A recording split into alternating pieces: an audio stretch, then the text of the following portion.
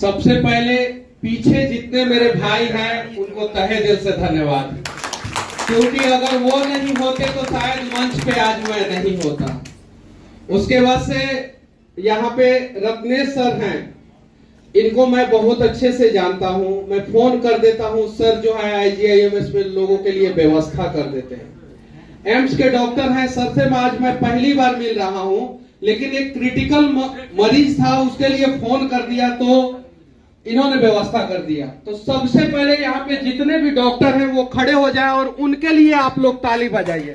जितने भी डॉक्टर हैं और सभी लोग ताली बजाइए, क्योंकि ये धरती के भगवान हैं और बार बार हम लोग इनको भगवान कह के सच में भगवान बनाएंगे, और तब जाके डॉक्टरी और मेडिकल फील्ड में कुछ दलाल घुस गए हैं वो भी सुधर जाएंगे, तब जाके सुधरेंगे। तो सबसे पहले इन लोगों के लिए, ये 3 लोग हैं यहाँ पे, उसके अलावा भी बहुत सारे डॉक्टर अंदर बैठे हुए हैं, उन लोगों के लिए तहे दिल से धन्यवाद। उसके बाद से हमारे जुगल भाई किधर गए? इधर ही हैं, इधर। इनके लिए तहे दिल से धन्यवाद, क्योंकि हम लोग YouTube क्रिएटर हैं, कुछ उसमें चैनल चला रहे, कुछ भी चला रहे, लेकिन असली बात यह है कि अंदर से थोड़ा बहुत मनमुटाव सब एक दूसरे से करते हैं। ये वास्तविकता है, और उस मनमुटाव को दूर करते हुए इन्होंने सबको एक प्लेटफॉर्म पे ला दिया। इसके लिए सबसे पहले इनके लिए एक ताली बजाइए। सबसे पहले आदर्श आनंद है हमारे भाई भागलपुर के। इन्होंने जब शुरुआत किया था तो कसम से मैं बोल रहा हूं कि मुझे लगता था कि लवंडा का नाच काहे कर रहे हैं, लेकिन आज गर्व है मुझे इन पे कि इन्होंने अपना भविष्य जो है अपने स्टाइल में देखा, और आज जो है इन पे जो है बिहार के सभी युवाओं को नाच होना चाहिए।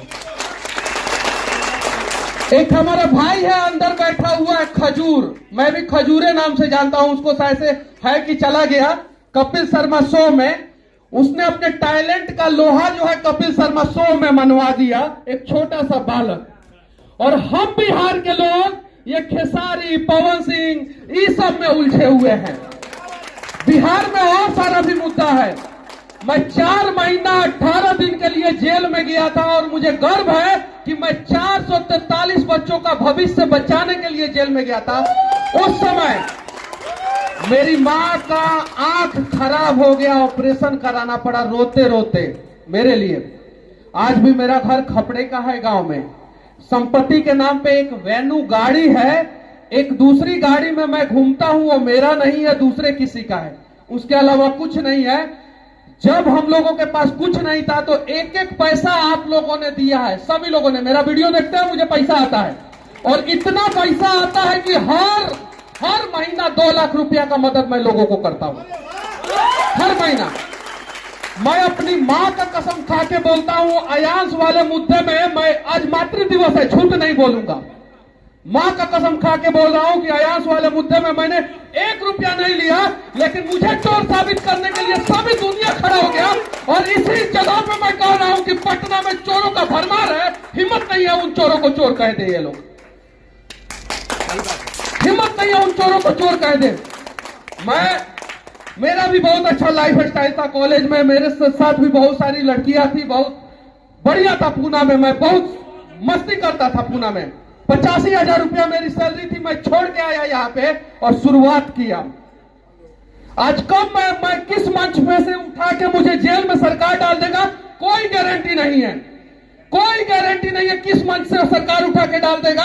आज भी हाई कोर्ट में मेरा 3 केस चल रहा है, आज अभी, और कब डाल देगा सरकार कोई गारंटी नहीं है। लेकिन फिर भी सरकार के आंखों में आके डाल के सवाल करता हूं कि यहाँ पे गलत हो रहा है, सरकार इसे सही करो, और तुम्हें सही करना ही होगा, चाहे कुछ भी हो जाए। क्योंकि मेरे दादाजी के पिताजी यानी मेरे परदादा स्वतंत्रता सेनानी थे, मोतिहारी जेल में वो बंद रहे। मेरे दादाजी चीन के युद्ध में लड़े, पैरालिसिस फालिस मार दिया। चीन के युद्ध में लड़ने के बाद जो है 4 बीघा जमीन भारत सरकार ने हरपुर में दिया, संपत्ति के नाम पे वही 4 बीघा जमीन है। मेरे दादाजी के 3 बेटा, 2 बेटा जो है मेरे बड़े पापा और मेरे पिताजी आर्मी में है। मेरे पिताजी आर्मी में जम्मू कश्मीर में पत्थर खाए हैं, और उन्हीं का बेटा हूं। बहुत सारे लोग सवाल करते हैं, डर नहीं लगता है? काहे डर जाएंगे, क्यों डर जाएंगे? बहुत सारे लोग बोलते हैं कि मनीष कश्यप को बोलना नहीं आता है। जरा ये बताइए कि हम रत्नेश सर को कहां कभी कुछ उल्टा सीधा बोल देते हैं। IGIMS में जाते हैं, सर हमारी बात सुनते हैं, इलाज होता है। जब दूसरे अस्पताल में जाते हैं, जब इलाज नहीं होता है तो थोड़ा सा हार्ड बनना पड़ता है। तो मैं हार्ड बन के गुनाह थोड़ी करता हूं। अभी मुझे 50 फोन आया है इस दोनों नंबरों पे, 50 फोन, और हर फोन पे एक ही बात कहा जा रहा है, BPSC का पेपर लीक हो गया, BPSC का पेपर लीक हो गया।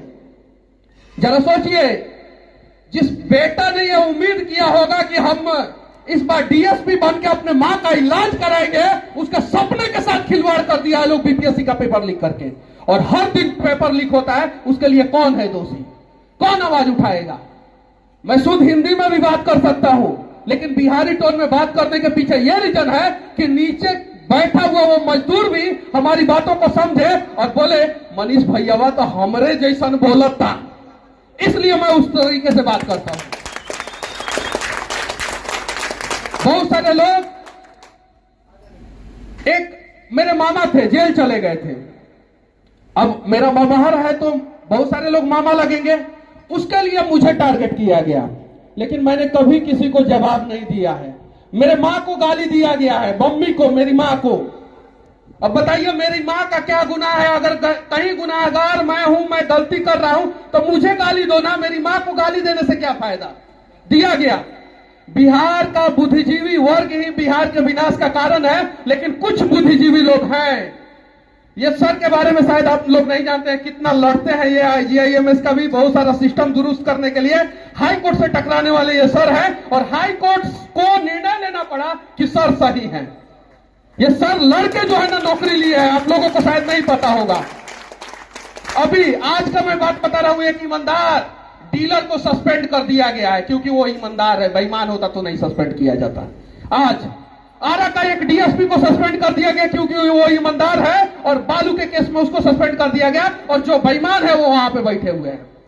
तो क्यों नहीं हम लोग खड़े होते हैं, सुबह पेपर पढ़ते हैं और कहते हैं कि करप्शन बढ़ गया है, पेट्रोल डीजल का दाम बढ़ गया, महंगाई बेरोजगारी बढ़ गई है। हम क्या कर रहे हैं? हम कहना चाहते हैं, जम्मू कश्मीर में मैं गया था, मुझे प्यास लगा, और कश्मीर का इकलौता मंदिर जिसमें 12 महीना पूजा होता है, उसके अलावा कोई दूसरा मंदिर नहीं है, श्री शंकराचार्य टेम्पल, उसके अलावा कोई मंदिर नहीं है। मुझे प्यास लगा, पानी नहीं मिला, वहां पे मैंने 1.5 लाख का मशीन पहुंचवा दिया, और इस काबिल जो है आप लोगों ने मुझे बनाया है। पीछे मिशन नूरसराय हरियाली के लोग बैठे हुए हैं, हर महीना जो है ना मेरे सस्तक फाउंडेशन में पैसा डालते हैं। हर महीना मिशन नूरसराय हरियाली के लोग बैठे हुए हैं। ये चीजें करना होगा, हम लोगों को समझना होगा। मैं तो धन्यवाद देना चाहता हूं जुगल भाई को कि इन्होंने उन लोगों को बुलाया है जो सच में कुछ समाज में, ये विवेक विश्वास भैया, मैं बड़े भैया बोलता हूं, हमेशा भैया बोलता हूं। कभी भी आप लोग नहीं देखिएगा सोशल मीडिया पे फोटो डालते हुए इनको। हम लोग तो डालते हैं, हम लोगों को लालच है, किसी ना किसी चीज का लालच होगा। इनको कोई लालच नहीं है, और ये इतना अच्छा काम करते हैं, शायद आप लोग जो है इनको जानते भी नहीं होंगे। इतना बढ़िया काम करते हैं ये विवेक विश्वास। जानवरों मर जाता है, जानवर या घायल है, उसको उठा के जो है लेके आते हैं, इलाज करते हैं, खुद से इलाज करते हैं, और कभी सोशल मीडिया पे फोटो डालते हुए आप लोग नहीं देखे होंगे, कभी नहीं। तो इस प्रकार से बिहार बदलेगा अगर बदलने का बहुत सारे लोग बोलते हैं कि मैं नकारात्मक रिपोर्टिंग करता हूं, मतलब निगेटिव चीजों को दिखाता हूं। अब मैं बताता हूं निगेटिव चीजों को दिखाने से क्या फायदा होता है। मैं भारत का पहला ऐसा पत्रकार हूं जो नितिन गडकरी के मंत्रालय के सामने जाके रिपोर्टिंग किया, और आज 56 इंच का सीना लेके यहां पे खड़ा हूं कि 6 year bank system Nitin Gadkari को लागू करना पड़ा, क्योंकि युद्ध से ज्यादा मौत जो है ना वो सड़कों पे होता है। और मुझे इसके लिए प्रेरणा देने वाले कोई और नहीं, राजीव रंजन भारती जो पीछे बैठे हुए मिशन नूरसराय हरियाली के, वो मेरे रूम पे आए थे और मुझे पूरा आंकड़ा बताए थे। राजीव भाई एक बार खड़े हो जाइए और उनके लिए ताली बजाइए लोग। उनकी बहन डॉक्टर है, उनके पिताजी डॉक्टर हैं, बहुत ज्यादा संपत्ति है उनके पास। वो चाहते तो वो वैसे रह सकते हैं, लेकिन रोज सुबह निकलते हैं, पेड़ लगाते हैं, रोज शाम को पेड़ लगाते हैं, एक साधारण सा जीवन जीते हैं वो राजीव रंजन भारती। ऐसे बहुत सारे लोग हैं हमारे समाज में, हम उनको इज्जत देना क्यों नहीं देते हैं? हम उनको इज्जत देते हैं बहुत हाई प्रोफाइल लोगों को, हालांकि वो उस काबिल है तो दें, लेकिन उस काबिल नहीं है तो मत दें, तब जाके बदलेगा। एक हमारे भैया है, बड़े भैया विकलांग है, जिनके पैर में गोली मार दिया गया है। कभी उनके लिए हम लोग सड़कों पे उतरे, ना जाने किस मोड़ पे जो है हमारे भी पैरों में गोली मार दिया जाएगा, कोई गारंटी नहीं है। क्योंकि मैंने इतने सारे भ्रष्टाचारियों का जीना मुहाल कर दिया है। अगर आप लोग साथ नहीं बनेंगे तो फिर क्या करेंगे हम लोग? फिर हम लोगों के पास भी उत्तर प्रदेश चुनाव में मेरे पास 10 करोड़ रुपया कमाने का मौका था, लेकिन मैं भारत का ऐसा पहला पत्रकार हूं जो समाजवादी पार्टी के कार्यालय के सामने खड़ा होकर कह रहा था कि समाजवादी पार्टी इस कारण से हारी, और बीजेपी के जीत के जश्न में मैं सवाल कर रहा था कि बेरोजगारी पे आप लोग क्या करने वाले। बाकी किसी को हिम्मत नहीं था, किसी को हिम्मत नहीं था। तो ये करना पड़ेगा। इस बहुत सारे लोग जो है आगे आ रहे। हमारे ऊपर सच तक न्यूज के ऊपर अभी देश का सबसे बड़ा चैनल ने केस किया है, देश का सबसे बड़ा चैनल ने केस किया है। 3 अगस्त को सुनवाई है दिल्ली हाई कोर्ट में। हम लोग अपने से भी लड़ रहे हैं, दूसरे से भी लड़ रहे हैं, भ्रष्टाचारियों से भी लड़ रहे हैं। अगर आप लोग साथ नहीं खड़े होंगे तो हम लोग क्या कर पाएंगे? खड़ा होना पड़ेगा हमारे साथ, आदर्श आनंद के साथ, जुगल किशोर के साथ, रत्नेश सर के साथ, एम्स के जो ईमानदार डॉक्टर हैं उनके साथ, एसके झा सर के साथ, जो एनआईटी घाट पे जो है बच्चों को पढ़ाते हैं। इतना पढ़ाना आसान है क्या? नहीं, सरकार के टारगेट में है एसके झा सर, मुझे पता है। पूछे इनसे टारगेट में है कि नहीं है सरकार के? क्योंकि बिहार का पूरा शिक्षा का पोल खोल के रख दिया है ये जो नदी के किनारे, गंगा नदी एनआईटी घाट के किनारे जो बच्चों को पढ़ाते हैं। ऐसे ऐसे लोगों के साथ लोग नहीं खड़े होते हैं। क्यों नहीं खड़े होंगे? और जब तक हम लोग ऐसे ऐसे लोगों के साथ नहीं खड़े होंगे ना, बिहार में बदलाव नहीं होगा। मेरे टी शर्ट पे देखिए क्या लिखा हुआ है, पूरा बिहार लिखा हुआ है, पूरा बिहार। एक आईएएस, एक आईपीएस, एक रेडियो जॉकी, एक मजदूर, सब कुछ बिहार में है। सबसे ज्यादा काबिल लोग कहां के होते हैं? सबसे ज्यादा आईएएस आईपीएस कहां के होते हैं? सबसे ज्यादा डॉक्टर इंजीनियर कहां के होते हैं? सबसे ज्यादा मेहनती मजदूर कहां के होते हैं? और सबसे ज्यादा परेशान कहां के लोग हैं? क्योंकि हमारी परेशानी का कारण कोई और नहीं, हम खुद बिहारी हैं। और जिस दिन हम अपनी परेशानियों को बदल के जो है ना मजबूती में बदल देंगे ना, उस दिन शायद से हमारा बिहार भी आगे चल जाएगा। बहुत सारे लोग सर का भी आईजीआईएमएस में टांग खींचते होंगे। ये देखिए, ये एम्स के डॉक्टर हैं। पहले देखिए इनका ड्रेस, देख लीजिए, देखिए, समझिए। ऐसे ऐसे काबिल लोगों का सम्मान करना होगा। बताइए, आपको शायद नहीं पता है बिहार, बैठिए सर, आपको शायद नहीं पता है बिहार के बर्बादी का सबसे बड़ा कारण जो है बेसिक इंफ्रास्ट्रक्चर है। और गलती से एक सिविल इंजीनियर पत्रकार बना है। मैं सिविल इंजीनियर हूं और गलती से बना हूं मैं पत्रकार, क्योंकि मेरा लाइसेंस नहीं बन रहा था, इसीलिए मैं बन गया। और गलती से बना हूं, नहीं तो अभी मैं पुणे में होता किसी कंपनी में जो है ना प्रोजेक्ट मैनेजर था। मैं प्रोजेक्ट मैनेजर, सिविल इंजीनियर का सपना होता है प्रोजेक्ट मैनेजर बनना, सपना, ड्रीम। और मैं प्रोजेक्ट मैनेजर था और वहां से आया हूं। अभी तो मैं बहुत आगे गया होता और मेरी सैलरी कम से कम 2.5-3 लाख 4 लाख रुपया होती, छोड़ के आया हूं। लेकिन हाँ, बिहार के लोगों ने इस काबिल बनाया है कि हम लोग लगातार रिस्क लेते हैं, लगातार लड़ते हैं, लगातार लड़ते हैं। और लड़ना होगा और तब जाके बदलाव होगा। सरकार से सवाल मत कीजिए, सबसे पहले सिस्टम से सवाल कीजिए और खुद से सवाल कीजिए। जिस दिन हम लोग सिस्टम और खुद से सवाल करना शुरू कर देंगे, सब कुछ सुधरेगा, वरना नहीं सुधरेगा। एक पुलिस इंस्पेक्टर मुझे मिलता है, एक एसपी मिलते हैं, तो कहते हैं मनीष जी हम क्या करें, ईमानदार बनेंगे तो सस्पेंड होंगे और बेईमान बनेंगे तो आप लोग हमें रेल देंगे। पुलिस वाले का कहानी मैं बता रहा हूं। एक पुलिस वाले को बोला जाता है कि आज चेक पोस्ट पे खड़ा होकर तुम्हें 50 चालान काटना ही है किसी भी हाल में। वो पुलिस वाला रत्नेश सर का चालान नहीं काट सकता है, मेरा नहीं काट सकता है, एसके झा सर का नहीं काट सकता है, जो बुद्धिजीवी लोग हैं उनका नहीं काट सकता है। तो किसका काटता है? गरीब का। बोलता है कि थोड़ा सा लाइन इधर रहता है ना तो हम लोग फोटो खींच के डाल देते हैं, हो गया चालान। मजबूरी। तो उस सिस्टम को सुधारेगा कौन? आज मैं बाहर जाता हूं, साउथ में जाता हूं, तो एक नेता अगर भ्रष्टाचार करता है वहां का, तो 500 करोड़ के नीचे का भ्रष्टाचार करता ही नहीं है। और बिहार का नेता बोलता है कि तुम वीडियो, ये रियलिटी बता रहा हूं, वीडियो साहब आपके प्रखंड से 500 शौचालय पास हुआ है। पर शौचालय जो है आप 250-250 रुपया हमें दीजिए, यानी हगल का पैसा खाने वाला बिहार में नेता है सब। उस सिस्टम को सुधारेगा कौन? उस सिस्टम को हम लोगों को सुधारना होगा। अगर हम लोग नहीं सुधारेंगे ना तो बिहार नहीं सुधरेगा, और फिर बाद में जो है हम लोग कहेंगे कि बिहार सुधर ही नहीं रहा है, हम लोग बाहर चले जाएंगे। आज बिहार में जितने भी पैसे वाले लोग हैं वो अपने बच्चों को बिहार में नहीं पढ़ाते हैं।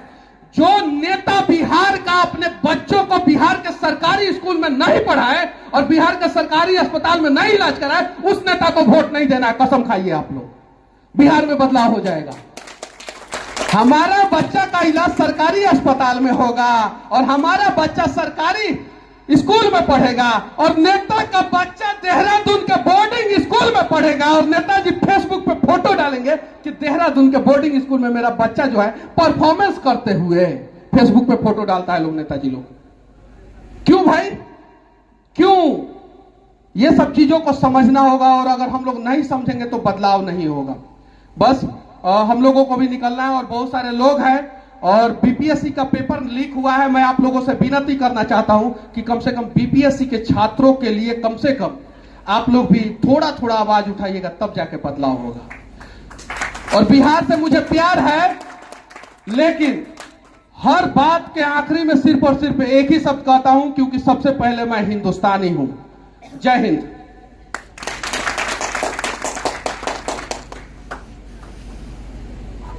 अनिल सर से आग्रह है कि मनीष कश्यप जी को सम्मानित करें। और जैसा कि मनीष भाई ने कहा कि इनको हो सकता है कभी भी जेल भेज दिया जाए, तो मनीष भाई को मैं आश्वस्त करता हूं कि दिल्ली में हमने जेलों में भी कार्यक्रम करवाए हैं, जेल में भी करवा देंगे, कोई बात नहीं है।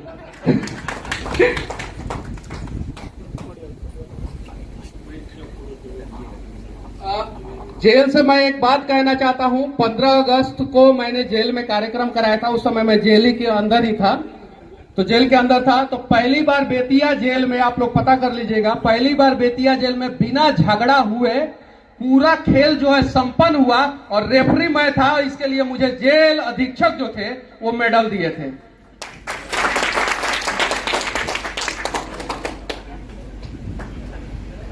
और एक और चीज मैं कहना चाहूंगा कि जो मनीष भाई ने कहा कि नेताजी लोग अपने बेटे का फोटो डालते फेसबुक पे, नेताजी के साथ साथ समस्या हमारी आपकी भी है। हम आप ही होते हैं जो उस फेसबुक पे जाकर उन फोटोज पे लाइक और कमेंट करते हैं। तो हमें आपको सबसे पहले सुधरना होगा, फिर नेताजी खुद सुधर जाएंगे।